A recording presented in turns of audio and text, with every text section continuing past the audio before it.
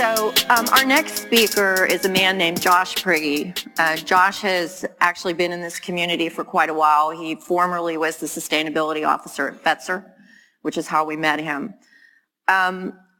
This year's best practice nomination process made it very, very clear that sustainable business practices are no longer a trend, but rather they are, in fact, a requisite for the companies that are thriving. 83% of the nomination submissions for Best Practices Awards included lengthy, broad and deep summation of their practices and initiatives. And of course, every brand is different, and they're doing the things that matter to them. Josh has been at the forefront of this for many years, now has his own business, Sustridge, that advises brands and actually communities as well. And he also guided much of the sustainable effort for this conference. So it is a great pleasure to welcome Josh Prigge to our stage.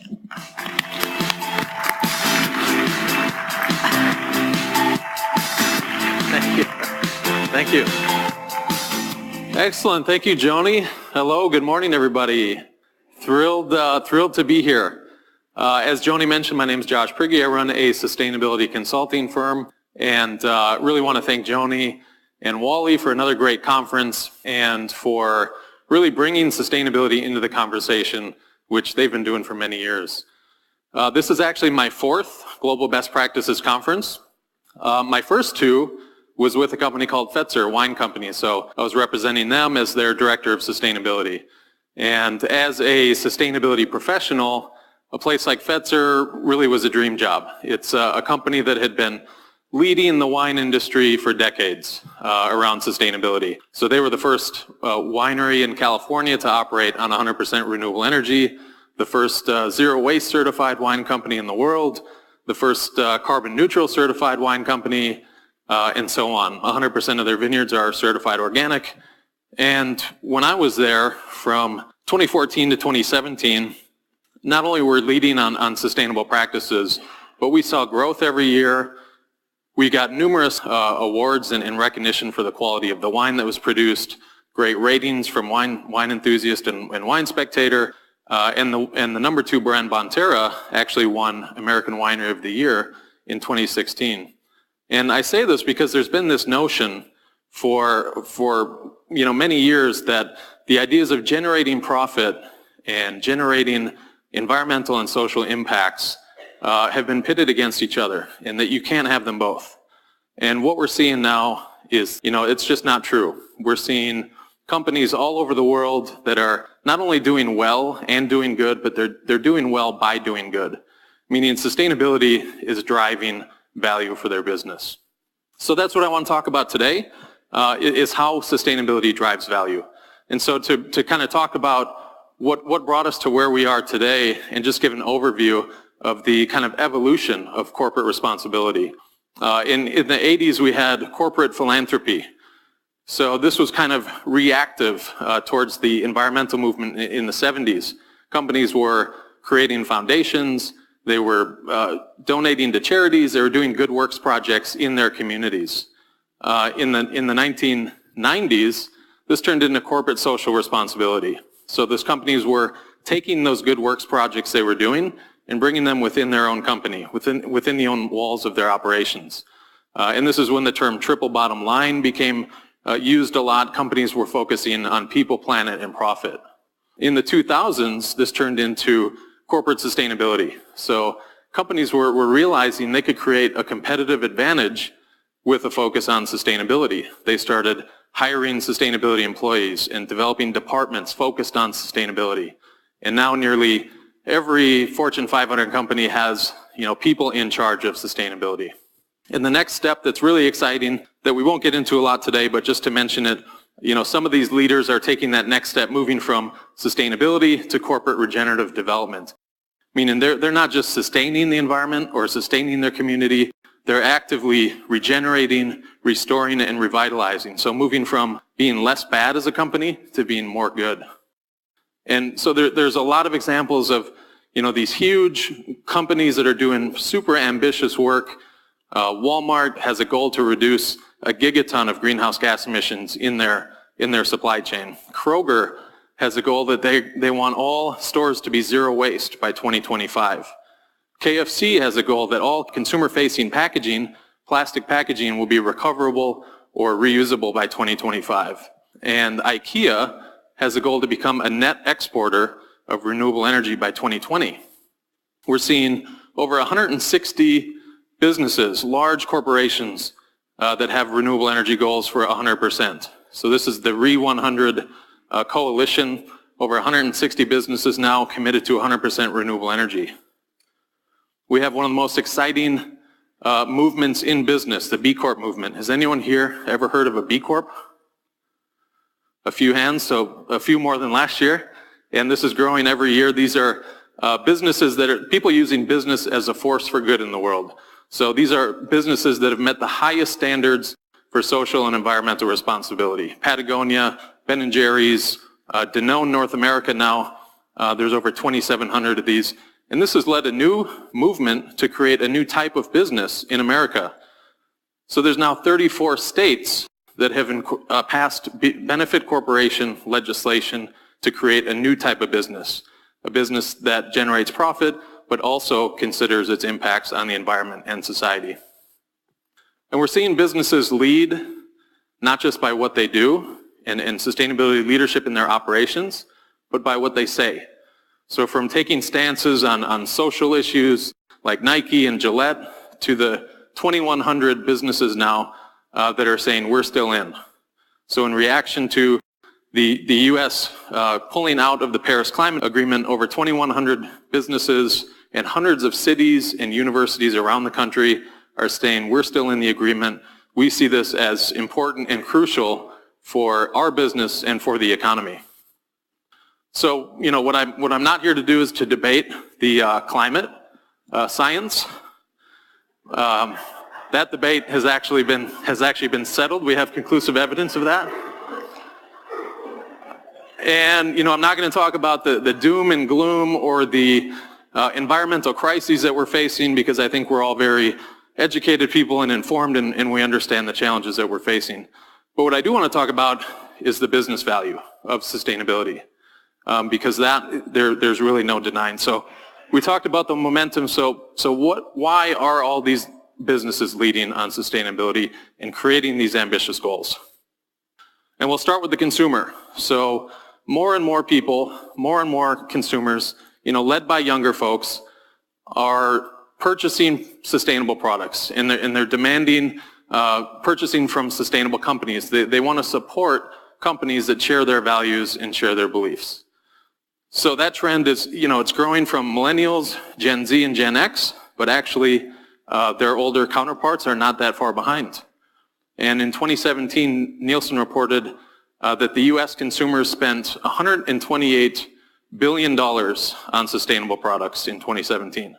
$128 billion, which is a 20% increase from 2014, a 3-year span. In that same 3-year span, the growth of non-sustainable products was 5%. So you can see that consumer demand continuing to grow. Again, Nielsen, a large study, surveyed over 30,000 people around the world on their purchasing habits.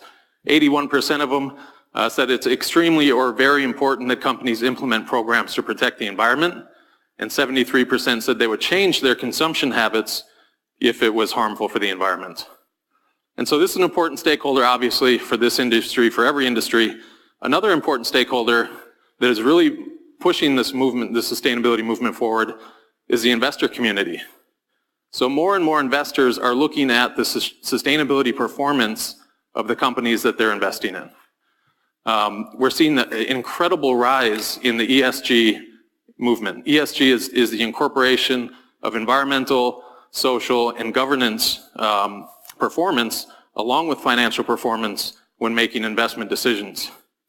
And if we just look at the largest investor, BlackRock, this is a company that manages $6.4 trillion in assets. It makes it the largest asset manager in the entire world. And their CEO, Larry Fink, puts out a letter every year to the investment community, and here's what he had to say last year. He said, within the next 5 years, All investors will measure a company's impact on society, government, and the environment to determine its worth.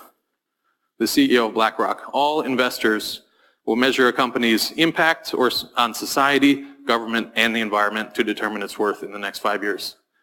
So some really exciting things happening in that field. This is a look at the ESG movement. So around $2 trillion being managed incorporating ESG from 1999 to 2012. From 2012 to 2018, that's jumped up to 10 trillion.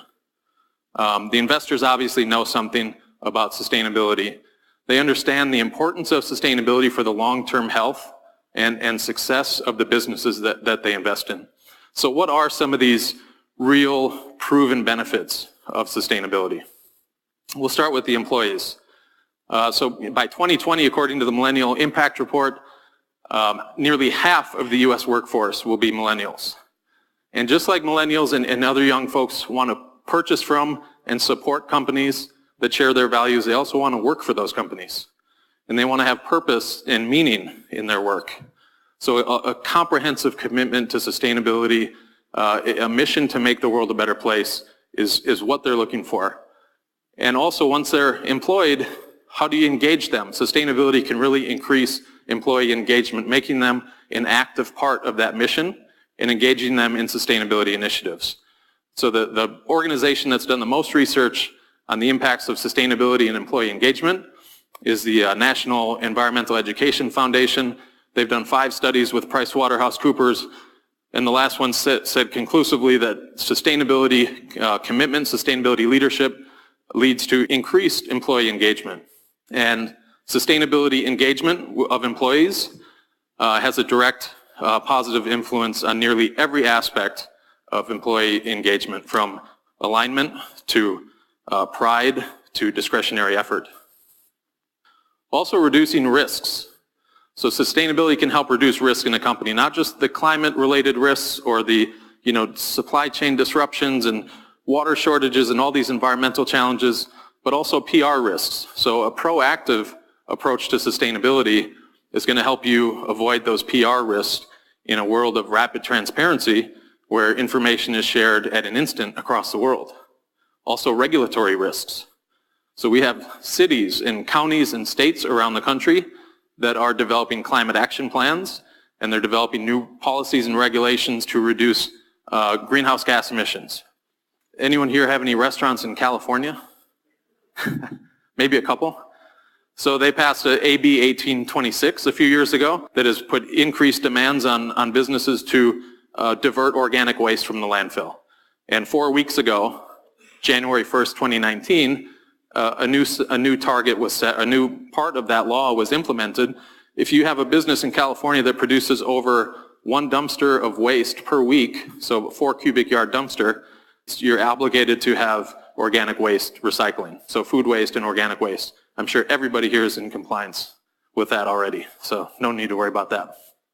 I think the most straightforward benefit, the easiest to understand, is the reduced cost. So when you're reducing waste, you're reducing energy use, water use, solid waste, greenhouse gas emissions. All of these things save a company money.